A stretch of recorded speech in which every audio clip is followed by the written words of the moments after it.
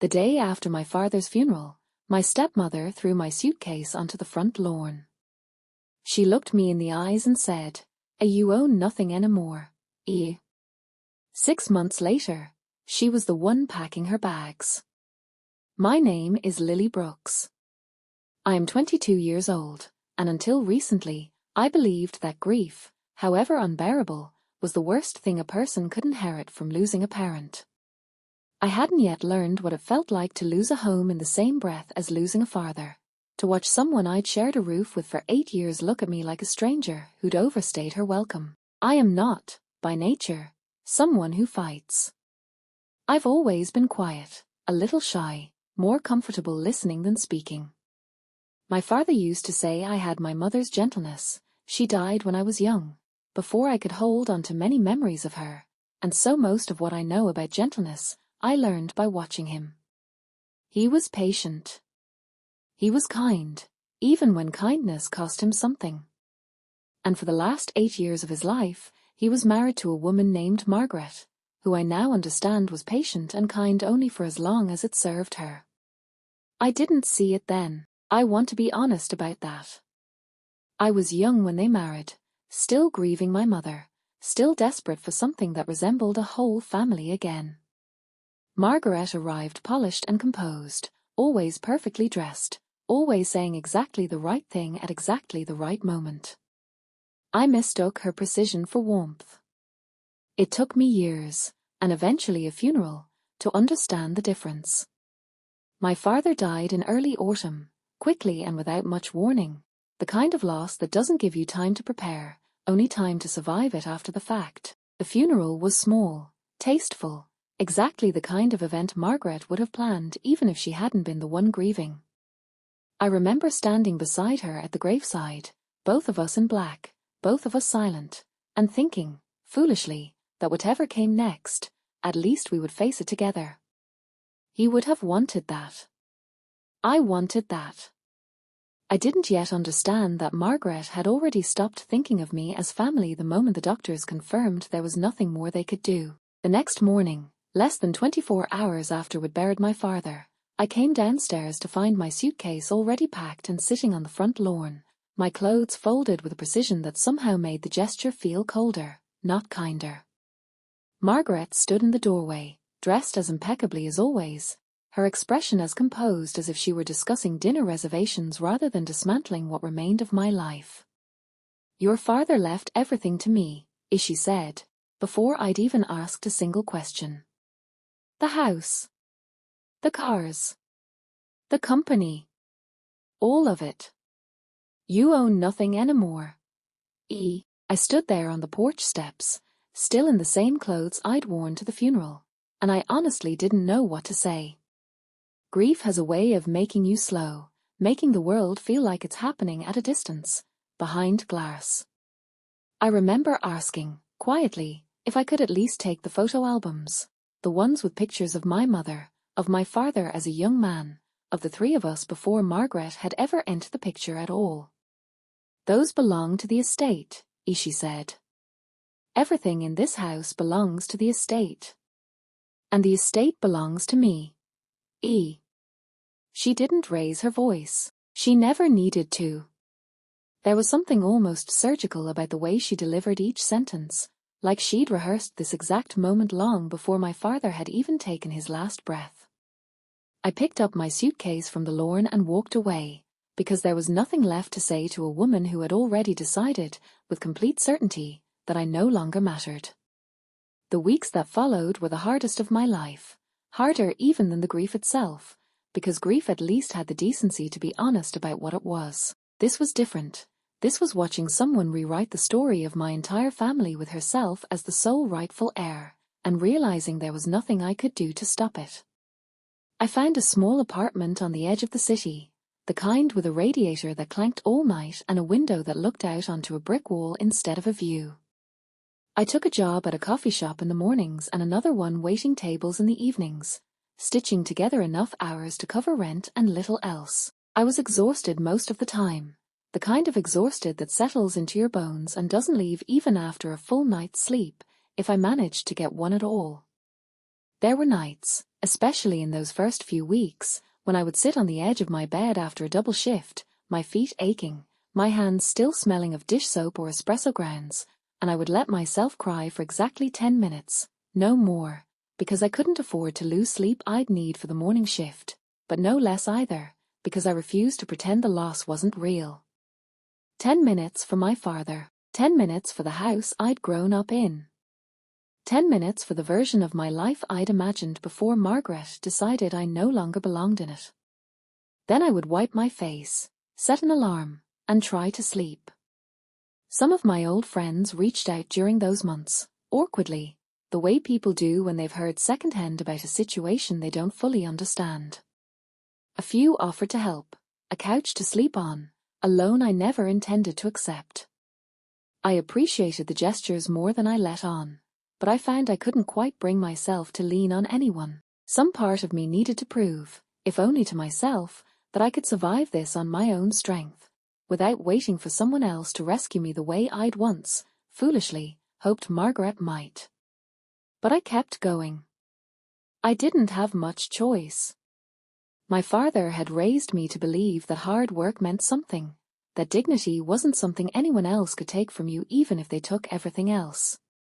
I held on to that, some nights, the way you hold onto a railing in the dark, not because you're certain where it leads, but because it's the only thing steady enough to trust. I thought about calling a lawyer more than once, in those early weeks. But every time I imagined it, I pictured Margaret's calm, unshakable expression, the confidence with which she told me the estate belonged entirely to her, and I told myself it wasn't worth the fight. She had money for lawyers. I had 2 part-time jobs and a radiator that clanked all night. It seemed, at the time, like a battle I had already lost before it began. Then, on an ordinary Tuesday, almost 4 months after the funeral, my phone rang while I was on a break at the coffee shop, my apron still on, my hands still smelling faintly of espresso grounds. The voice on the other end introduced himself as Robert Holloway, an attorney, and said he'd been trying to reach me for several weeks. I almost hung up, assuming it was some kind of scam, the kind of call you get after your information ends up somewhere it shouldn't.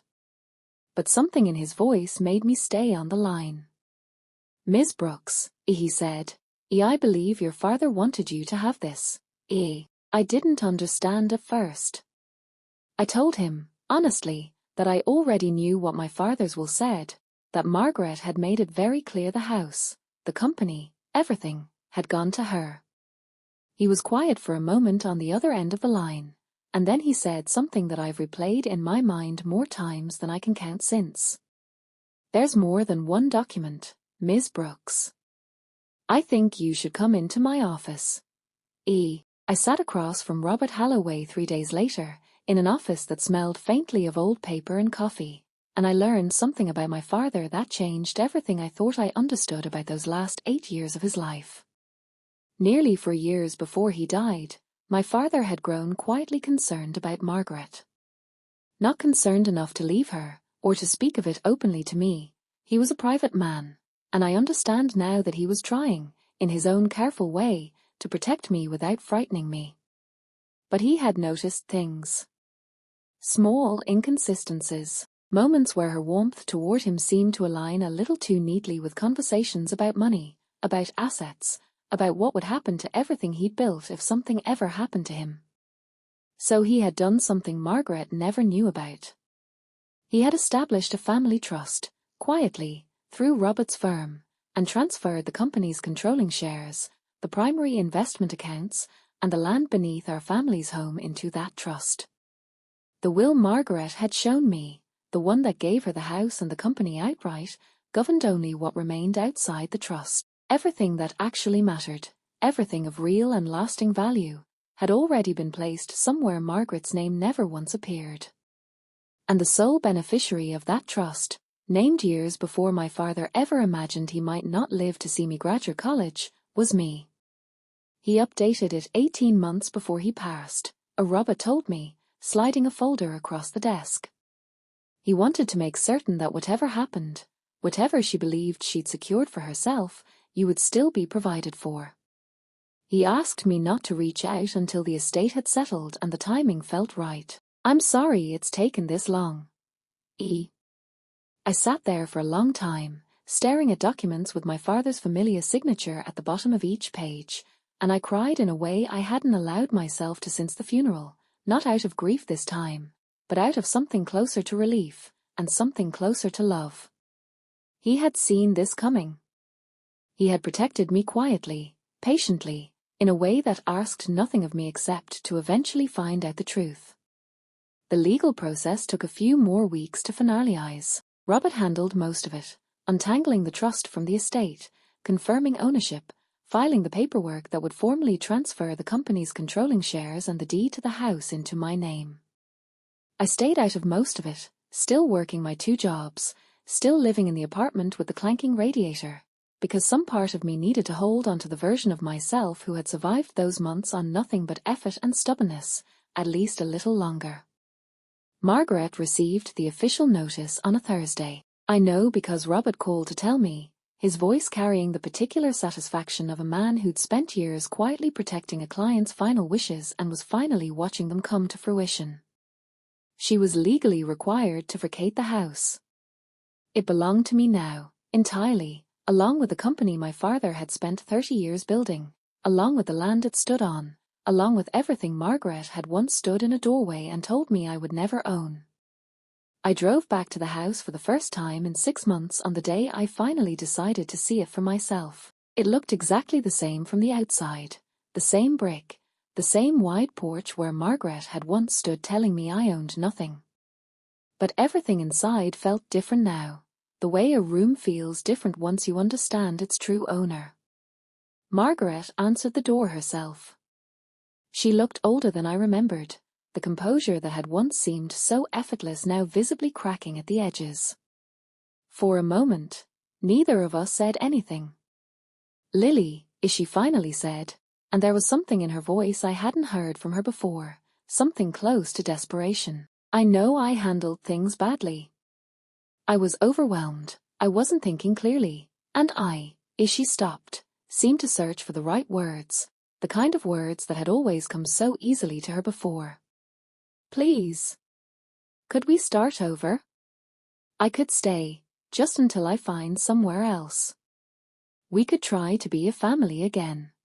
I looked at her for a long moment, this woman who had thrown my suitcase onto the front lawn less than 24 hours after we buried my father, who hadn't let me keep a single photograph of my own mother, who had looked me in the eyes with absolute certainty and told me I owned nothing anymore.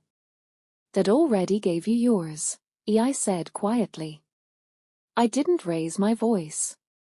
I didn't need to. There was nothing left to argue about, nothing left to negotiate, no version of this conversation that would end any differently than it needed to. I closed the door. I didn't say anything else. I moved back into the house a few weeks later, though it took time before it felt like mine again, before the rooms stopped echoing with memories of that morning on the porch. I kept my job at the coffee shop for a while, not because I needed the money anymore, but because those months of exhaustion and clanking radiators had taught me something about myself I didn't want to forget too quickly, that I could survive on nothing but effort if I truly had to, that dignity really was something no one could take from me, no matter how confidently they tried. I found the photo albums eventually, in a storage unit Margaret had quietly paid for and then apparently forgotten, or perhaps simply hadn't bothered to empty. My mother's face, young and unguarded, smiling at a camera my father must have been holding. My father, years before Margaret, laughing at something just out of frame. I sat on the floor of that storage unit for a long time, turning pages, finally allowed to hold onto the parts of my family that had always been mine, regardless of what anyone's name appeared on any document. I think about my father often now, more than I did in those first raw weeks after the funeral, when grief was too loud to leave room for anything else. I think about how quietly he must have carried his worry about Margaret, how he never once let it show in the way he treated her, or in the way he treated me. He gave her 8 years of genuine devotion, right up until the end, even while carefully building a shelter for me that she would never even know existed until it was already finished. That felt, in a strange way, like the truest expression of who he was, a man who could hold both trust and caution in the same hand, who could love someone honestly while still protecting the people he loved most from the possibility that the love might not be returned in kind. I don't know what became of Margaret after she left. I heard, secondhand, through a mutual acquaintance, that she'd moved into a much smaller apartment across town, and I felt, surprisingly, no satisfaction in hearing it, just a quiet kind of closure, the sense that a chapter one hadn't chosen to be part of had finally, definitively ended. What I do know is this: I run my father's company now, slowly, carefully, learning as I go, surrounded by people who worked alongside him for decades and still speak of him with the kind of respect that can't be manufactured. I live in the house I grew up in, and some mornings I still expect to hear his footsteps on the stairs before I remember, gently, that I won't. The grief hasn't disappeared. I don't think it's supposed to, but it sits alongside something steadier now, a certainty that I was loved carefully, thoroughly, and long before I ever had proof of it. Greed always believes it has won. Until the truth finally arrives. Would you have let her stay?